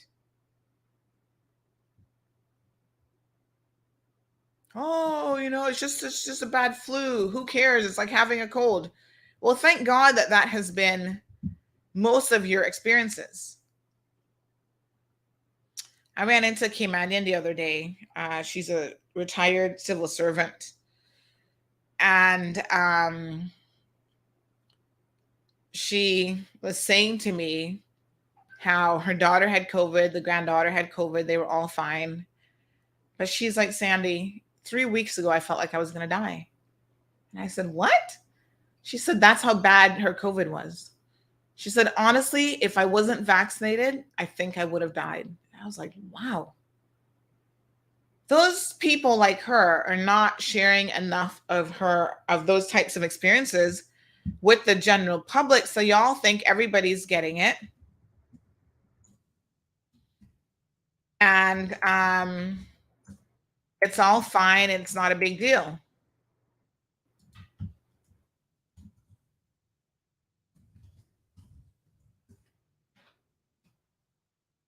This person says that the ECMO machine is truly a last resort. It rinses the blood outside of the body and gives the vital organs a rest. Once you're at that point, people don't usually live.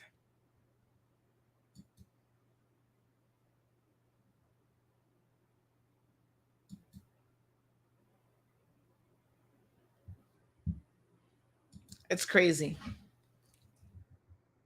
Really and truly. I don't know.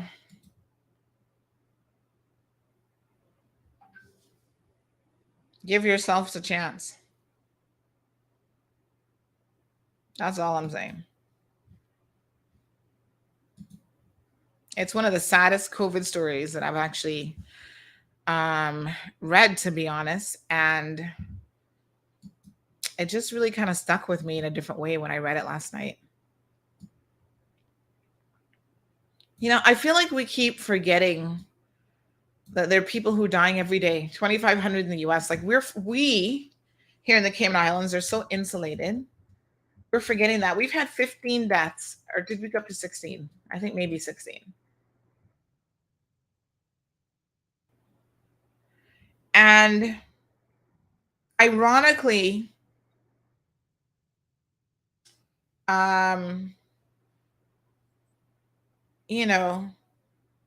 people are still, oh, we've had so many deaths, 16 deaths in a population. So I'm like, you guys have no understanding of the true measure of this pandemic. It is still shocking to me.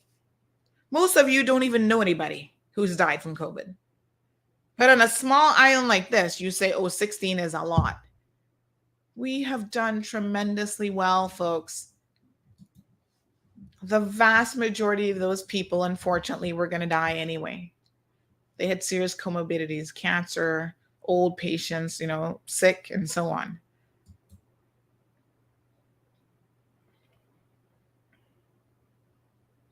Shireenbo said, I had COVID pregnant and I swear I was going to die. Plus I wasn't vaccinated and man, I was sick. Girl, you're lucky. The baby's okay, I guess. I had to be at the HSA in an isolated room because my breathing was bad. And imagine, Shireenbo, that you probably still they weren't calling for this this ECMO machine for you. So it doesn't sound like you were on a ventilator. You still did okay.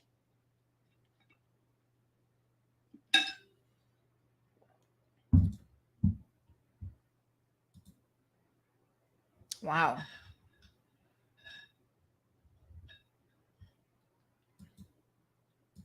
We just need to still be very, very persistent about ensuring that we have good information that we're operating off of. So Carol says the UK numbers are decreasing, but they had a good response to the booster. Actually, they've done very well with the booster. And it appears that they have done better with the booster than, you know, we have for sure.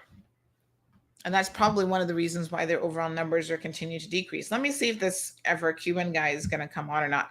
The problem is if I call him on this phone, this is the phone I was going to use to translate on. So I don't know how that's going to work. Let me see. Y'all might have to do some translating in real time for me. Let's see. Yeah, I think he's having some connection issues.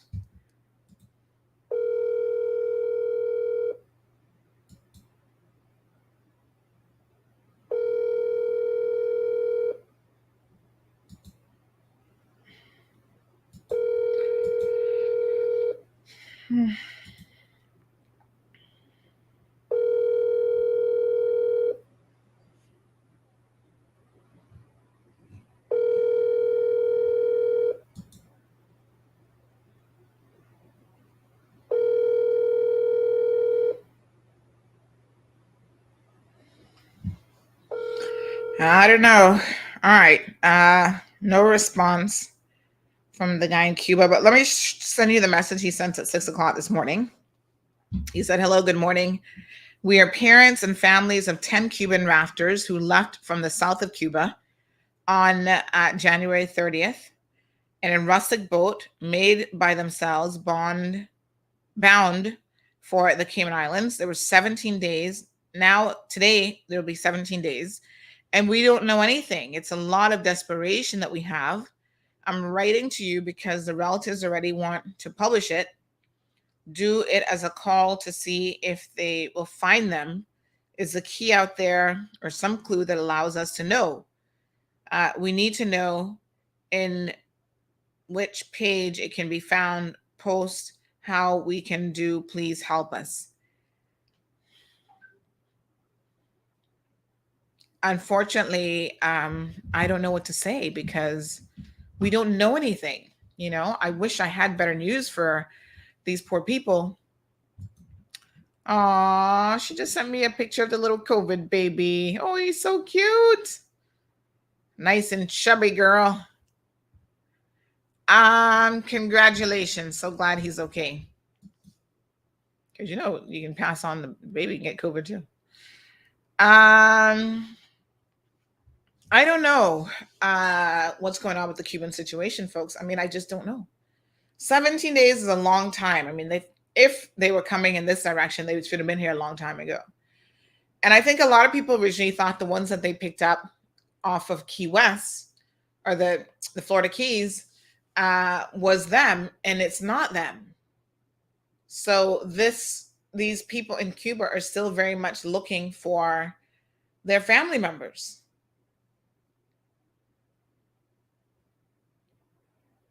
I don't know what to say. I mean, it's a horrible, horrible situation to think that these people might be lost at sea. But, you know, a lot of people are desperate all over the world.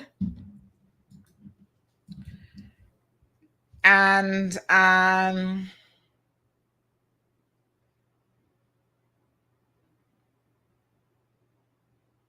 they're willing to take a lot of risk, unfortunately.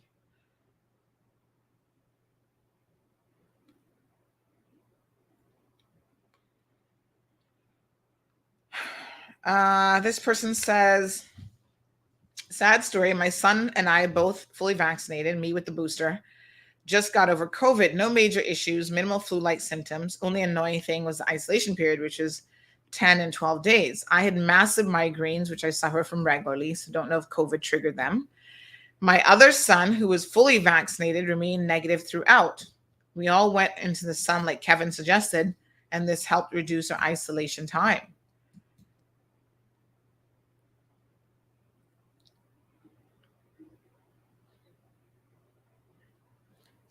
Someone says Cubans don't want to be in Cayman. I wish we would stop taking them in. It's bleeding this country dry. Wish them well and send them on. They want to be in the States, not here. Well, that is largely true, although right now they probably want to be anywhere but Cuba.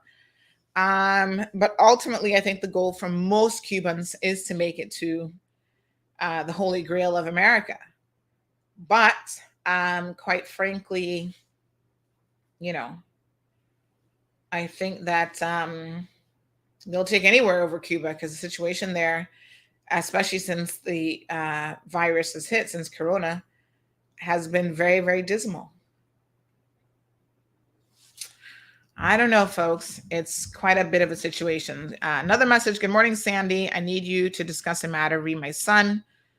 Want to go public with an expose on education department.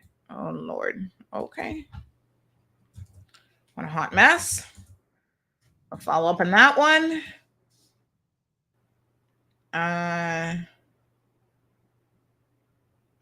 Mendoza's all over social media this morning again. Who's being sentenced tomorrow? Which one is this?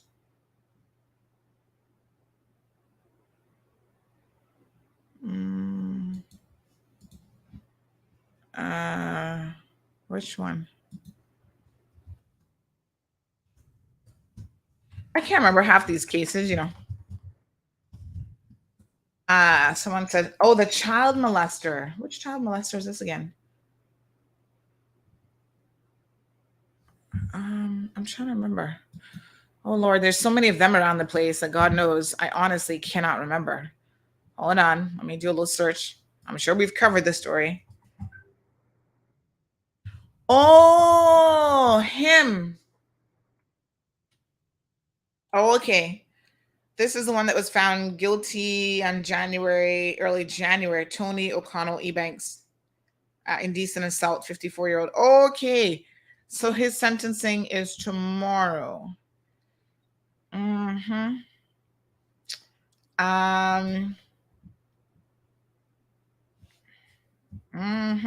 you. All right. I will. Tomorrow's what? Thursday. Do I have any bookings for tomorrow yet? I don't think so. So what time tomorrow is that? I'll have to double check. Sometimes they do like a 2:00 sentencing. So let me ask Grand Court and see.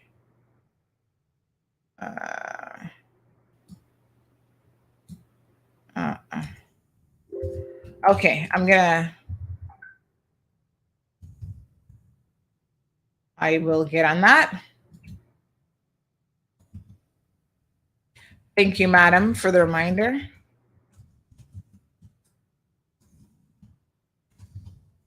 He's one of those that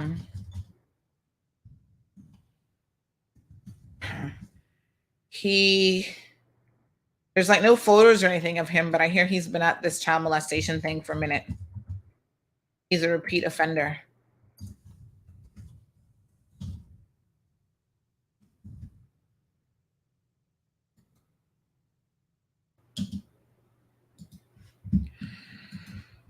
All right. Yes, I will double check on that.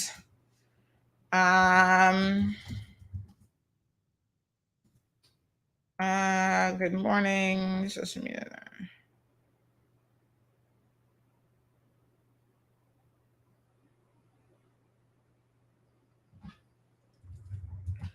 Okay, let's discuss this after the show. We have another person who says, where does work permit and PR fee rank in government income? well, they've been revoking them, so I'm thinking it's kind of getting important now. As a multi-marathon and Ironman finisher, I can say I would hate to have gotten COVID unvaccinated.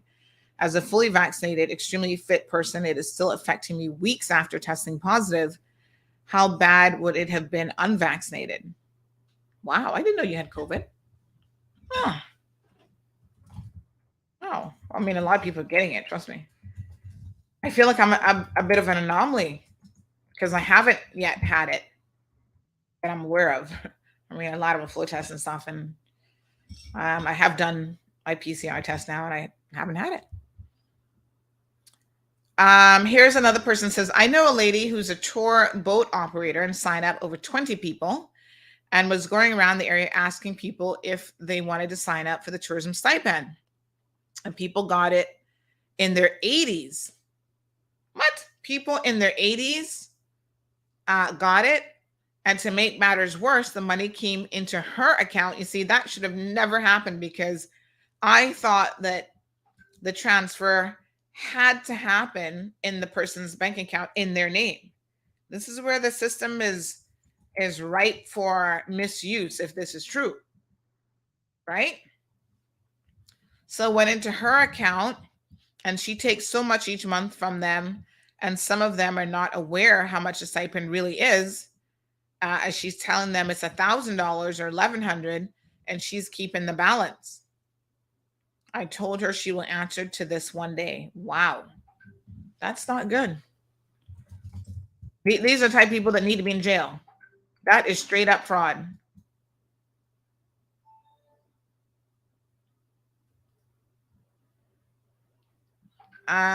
So someone says that, some of the musicians would have only been working part-time, questioning whether or not they're eligible for the stipend.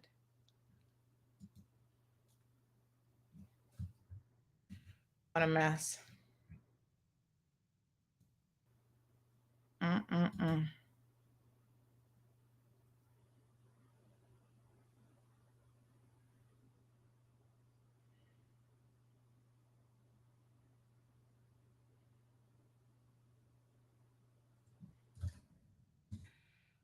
All right, positive on January 25th, release on the 6th of February, and still trying to recover.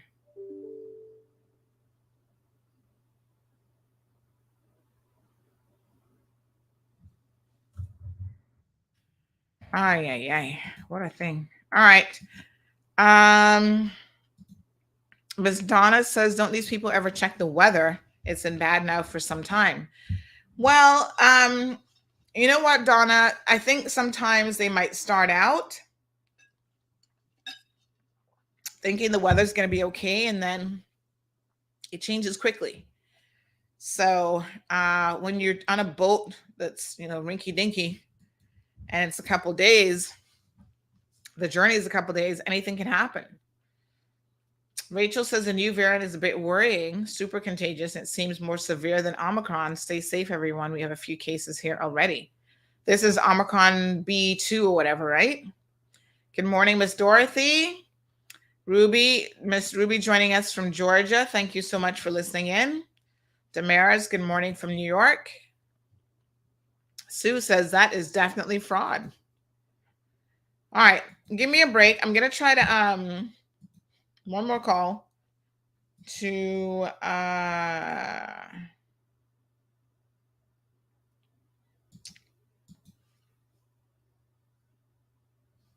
oh shoot, no. I have to reschedule that meeting.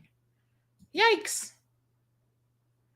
Someone wants to meet me at 10 o'clock this morning, but I got 11 o'clock. I can't do 10 o'clock, I don't think. That means I got to hurry. All right, let me try to call this fella one more time. Final phone call.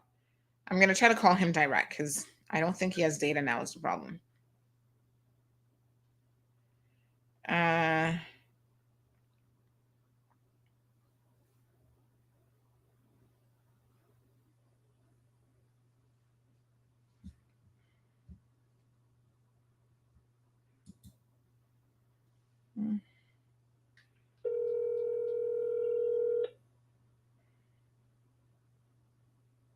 I tried WhatsApp. He's not answering. I don't think he's in an area where he's connected.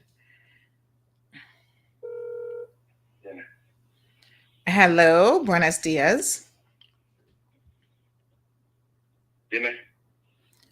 This is Cayman Mall Road. Cayman Mall Road.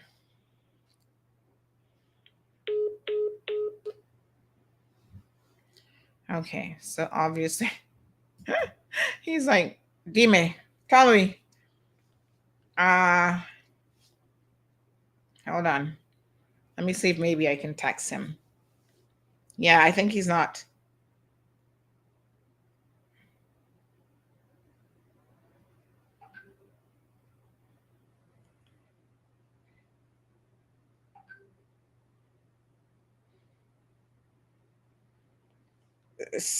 Hold on. I'm trying to tell him speak in Spanish, and then the people who can translate it will translate in real time.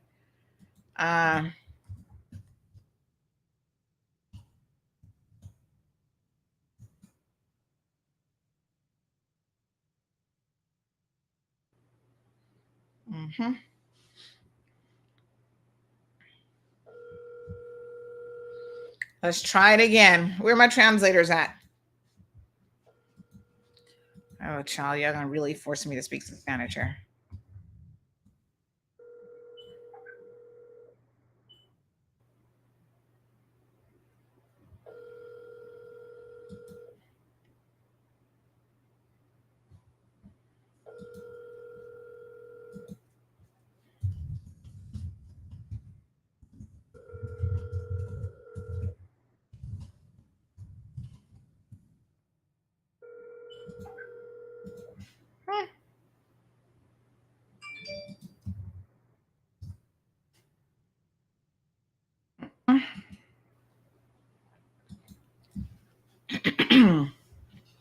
All right, one last effort.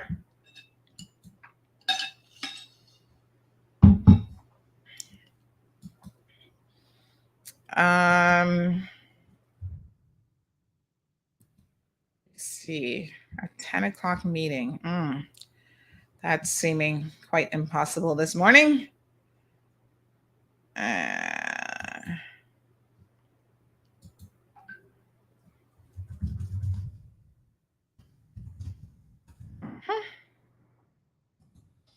All right, I'm going to try one last time, folks.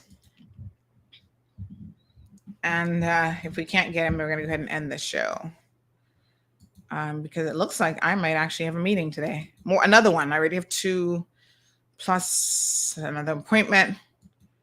That 10 o'clock seems a little bit tight. But I'm going to do my best to make it. Let me see what's available for a meeting room. All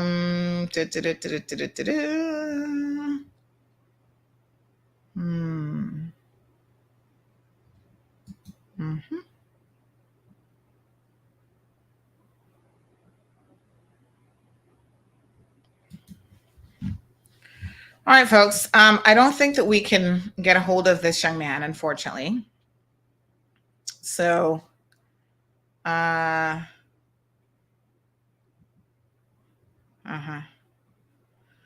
me get to work, because I've just realized I've got one more meeting than I thought I was going to have for the day. So that's a 10 o'clock, 11 o'clock, and a 2 o'clock. He says that he can't speak right now because he's working. So he says, no puedo hablar ahora, estoy trabajando. So he's not able to speak right now because he's working. Okay, well, maybe mañana. Mañana. Entonces. Okay, you let me know. Anyway, folks, have a beautiful day. Time to get to work. He's working. He says to please see if you can write or leer. What is leer again? Escribir is to write, and leer lo que leer. Is that to mejor todavía? Oh gosh, hold on. I can't remember what verb that is.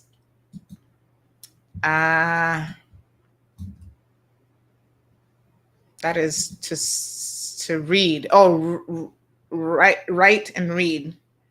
Oh, okay. Yes. Layers to read. All right. Anyway. Okay. I just need to let him know the show is over. All right. Folks. That's it. Mañana is another day. So don't forget this evening, tune in 7 o'clock until 9 o'clock. We've got Premiere Access Wednesday. Get all of your questions ready for the premiere. You can feel free to send some of them in advance if you wish as well. Thank you, Sheila. I was like, what is that word again? I hadn't seen it in a while. Yes, thank you very much, Tamara. So you guys have a fantastic day. I'm going to rush and get ready and head to town to my first and second appointment, and then the third appointment, and then the fourth appointment, and it's just a crazy busy day. All right, that's a Wednesday for you, Hump Day Wednesday. We will see you guys tonight at 7 o'clock.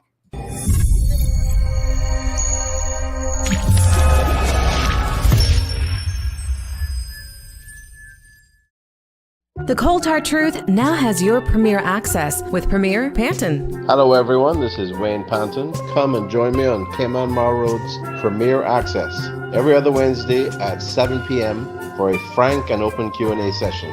I'm here to answer your questions about the issues that concern you the most. Tune into YouTube and Facebook Live on Wednesday. We will see you there. Full transparency, answering your questions, down to earth, accountable, and accessible to who matters. You. Don't miss Premiere Access on The Cold Hard Truth, spilling the tea like no one else.